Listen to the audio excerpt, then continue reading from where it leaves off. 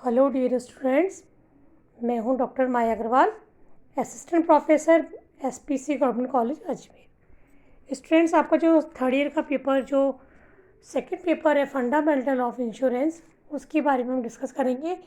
तो हम आज अपना सेकंड पेपर शुरू करने जा रहे हैं, फंडामेंटल ऑफ इंश्योरेंस। तो सबसे पहले बच्चों, आप सभी से कहूँगी कि आप सब बुक्स ले लीजिए अपने। आपको फंडामेंटल ऑफ इंश्योरेंस जो बुक है हिंदी मीडियम और इंग्लिश मीडियम दोनों में ही अवेलेबल हो जाएगी। तो आप सबसे पहले बुक्स ले लीजिएगा, इसके बाद हम आगे डिस्कस करते हैं। हमारा टॉपिक है इंश्योरेंस एंड इंट्रोडक्शन। सबसे पहले आज हम देखेंगे बीमा एक परिचय। तो बच्चों, जैसा कि जानते हैं, आज हमारी चारों ओर जोखिम से घिरा हुआ वातावरण है। हम जोखिम के बीच ही निवास करते हैं और जोखिम अनिश्चितता का ही दूसरा नाम है, क्योंकि आज चारों तरफ अनिश्चितता, ये हम कहें अनसर्टेनिटी है। कब क्या हो जाए कुछ कहा नहीं जा सकता। तो ऐसी स्थिति में अगर हम इंश्योरेंस की बात करें तो एक महत्वपूर्ण साधन के रूप में उभर के सामने आ रहा है। इंश्योरेंस आज व्यावसायिक जगत में हो या हमारे आम जीवन में, बीमा का महत्व दिनों दिन बढ़ता जा रहा है। इसका कारण ये है कि आज चारों ओर अनिश्चितता का फैलाव है। हम अनिश्चित माहौल में रहते हैं, अनिश्चित वातावरण में रहते हैं, क्योंकि कुछ परिस्थितियाँ तो हमारे नियंत्रण में होती हैं, परंतु कुछ परिस्थितियाँ हमारे नियंत्रण के बाहर होती है। तो ऐसी नियंत्रणीय परिस्थितियों का मुकाबला करने के लिए, इस प्रकार की होने वाली जोखिम से, हानि से बचने के लिए हम बीमा का सहारा लेते हैं। तो सबसे पहले आज हम देखेंगे कि बीमा का अर्थ क्या है। सबसे पहले है मीनिंग ऑफ इंश्योरेंस।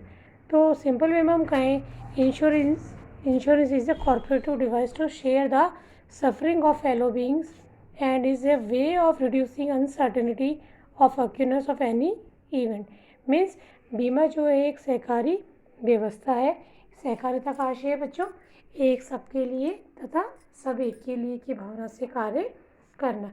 तो बीमा को हम कॉर्पोरेटिव डिवाइस से मानते हैं, क्योंकि बीमा जो हम करवाते हैं, तो बीमा करवाने के लिए कुछ व्यक्तियों का एक समूह होता है जो निश्चित प्रीमियम राशि जमा कराकर एक उसके द्वारा कोष का निर्माण किया जाता है। तो इसके द्वारा एक सबके लिए तो सब एक ही भावना से कार्य किया जाता है।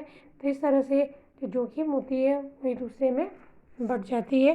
तो इसलिए अगर हम कहें तो बीमा एक कॉर्पोरेटिव डिवाइस है, जिसके द्वारा हम अपने जीवन को होने वाली क्षति तथा हमारी संपत्ति से को होने वाली क्षति को नुकसान होने से बचा सकते हैं। तो आधुनिक समय में हम देखें तो बीमा एक महत्वपूर्ण उपलब्धि माना गया है, क्योंकि इसके अभाव में दुनिया के सामने अनिश्चितता जो सामना करना मुश्किल ही प्रतीत होता है। तो अगर हम देखें तो अलग अलग विद्वानों ने, जो हमारे विद्वान, उन्होंने इंश्योरेंस की डेफिनेशन दी है और सबने अपने अपने दृष्टिकोण से बीमा को समझाने का प्रयास किया है। तो सबसे पहले अगर हम डेफिनेशन देखें तो according to sir William Beveridge, जो कहते हैं the collective bearing of risk is insurance. Means सामूहिक रूप से जोखिम उठाना ही बीमा है।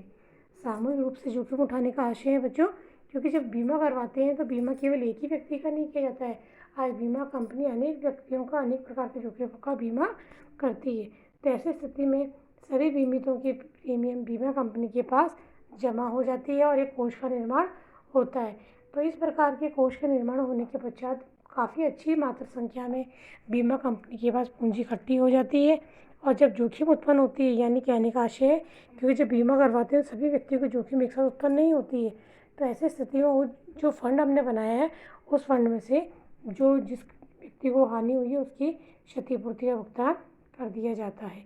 तो इसलिए सर विलियम बेवरेज कहने का प्रयास करते हैं कि सामूहिक रूप से जोखिम उठाना ही बीमा है, क्योंकि इसमें सामूहिक रूप से मिलकर व्यक्ति बीमा कराते हैं और अपने अपने प्रीमियम की जो राशि है वो बीमा कंपनी के कोष में जमा कराते हैं। सेकंड डेफिनेशन जो है हमारी, वो है अकॉर्डिंग टू DH मैगी। वो कहते हैं insurance has been to defined as a plan by which large number of people associate themselves and transfer to the shoulders of all the risk attached to the individual. कहने का आशय ये है कि Maggi ये कहना चाहते हैं कि बीमा एक तरह से वह योजना है जिसके अंतर्गत एक बड़ी संख्या में लोग मिलकर किन्हीं एकांकी व्यक्ति को जोखिम को अपने कंधे पर लेते हैं। कहने का आशय ये है कि मैगी विद्वान जो है हमारे ये कहना चाह रहे हैं कि बीमा एक तरह से प्लान है। जिस तरह से हम कोई योजना बनाते हैं उसी तरह से बीमा भी एक प्लान माना गया है, जिसके अंतर्गत बहुत बड़ी संख्या में लोग मिलकर यानी बहुत सारे लोग मिलकर अपना बीमा करवाते हैं और एकांकी व्यक्तियों की जोखिम को अपने कंधे पर लेते हैं। तो ये ऐसा इसलिए है बच्चों, क्योंकि बीमा करवाने के बाद सभी व्यक्तियों को एक साथ हानि होना जरूरी नहीं है। वैसे स्थिति में जिन व्यक्तियों को हानि होती है उसकी क्षतिपूर्ति वो सामूहिक रूप से जो उन्होंने बीमा करा उन व्यक्तियों की प्रीमियम से चुका दी जाती है। तो इस तरह से हम देखें तो बीमा जो है एक सामूहिक रूप से जोखिम को बड़ी संख्या में एक दूसरे के जोखिम को कंधे पर लेने से लगाया है।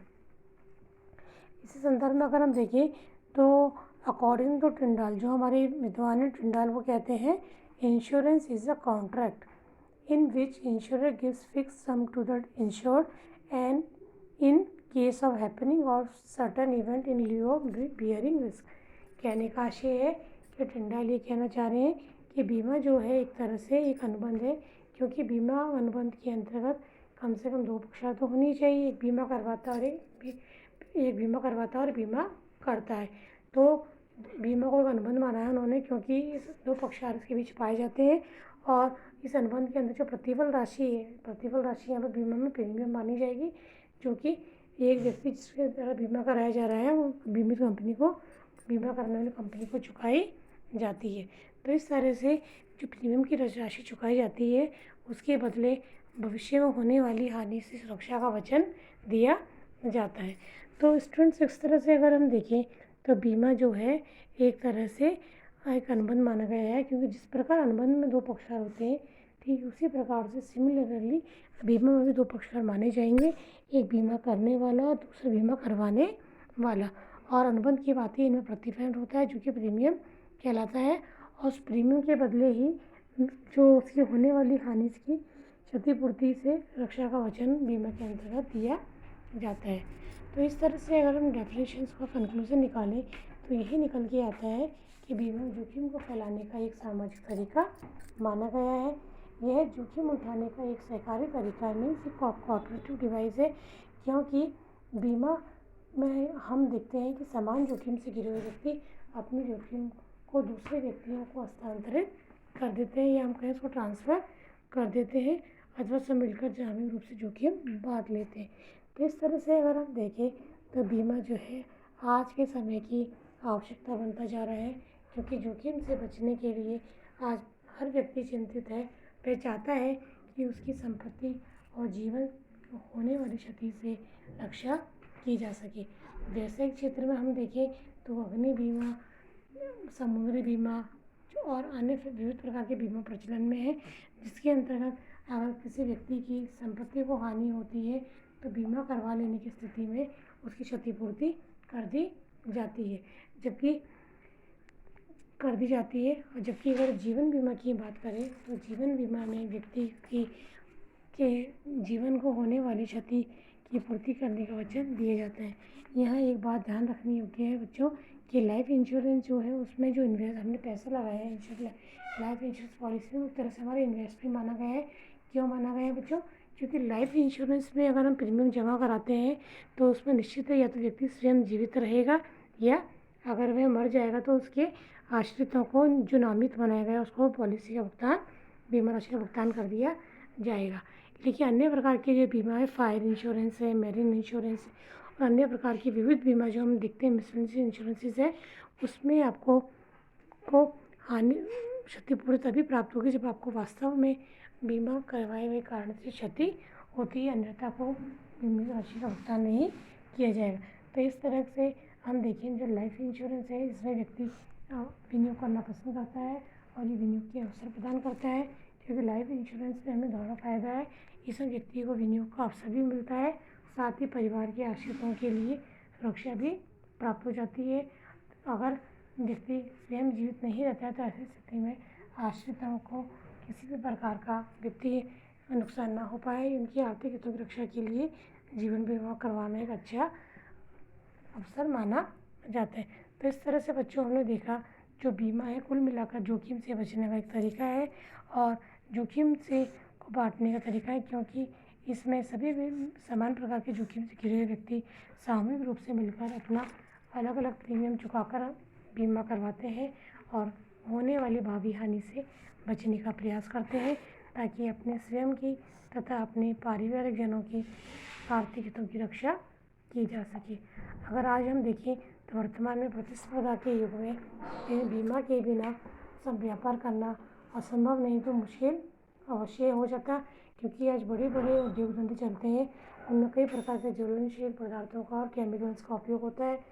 बिजली के उपकरण बनते हैं, बिजली के उपकरण से शॉर्ट सर्किट या आग लगने का डर लगा रहता है, तो ऐसी स्थिति में सदैव जोखिम बनी रहने की संभावना रहती है।